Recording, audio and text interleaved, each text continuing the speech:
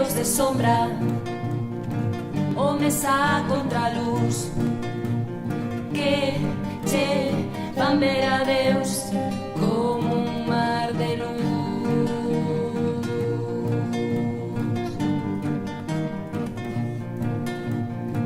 A noite é necesaria para que ti poidas ver sobre o medo e o mar as estrelas arder.